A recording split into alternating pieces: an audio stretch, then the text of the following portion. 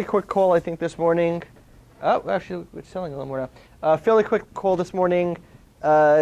Market's down a little. It's fluctuating between, was up a couple of handles earlier. It's now down 3-4 handles.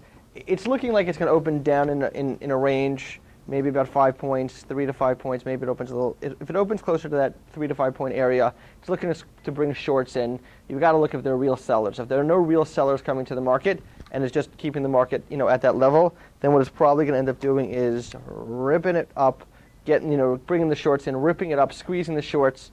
Figure about 5 handles on the upside, and then you might get a little bit of a sell-off, and then the market will decide it'll probably stay, within a tight range the rest of the day. It's not sure, which way it wants to go. In order for it to really break down, we need sellers. Now, that doesn't mean there are no individual groups that'll be in play on the short side or on the long side for that matter.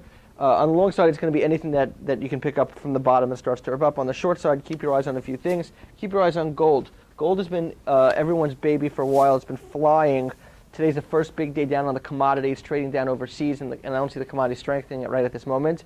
So, I would be shorter of gold. Second, oil. The OIH has been up 5 or 6 days in a row, and it's definitely overextended. So the question is, if oil starts to rally when it can't rally anymore, oil becomes a short as well. I wouldn't be a buyer of it. That's for sure. I'd definitely be waiting on the shorter side of oil. The other thing is keep your eyes on banks from a short standpoint, only because they haven't really been participating.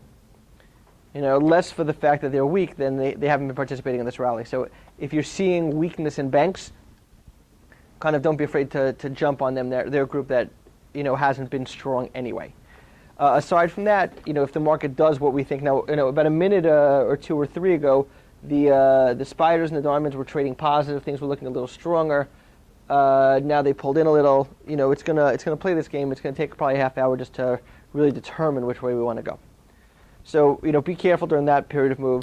Trade the waves. I'm not expecting huge moves in either direction unless on the downside the market can't hold anything and just starts breaking through levels. If we go down 5, 6 and it keeps going down and down, then the market has a lot of room, but you'll probably see a lot of sellers coming in at that point. Right? They can run the market with very little. To bring it down, it's going to take a lot. To bring it up, it's going to take very little. Right? So, again, keep your eyes on those moves. In those sectors, probably more than other sectors, you've got at least a predetermined, place to go. And good luck.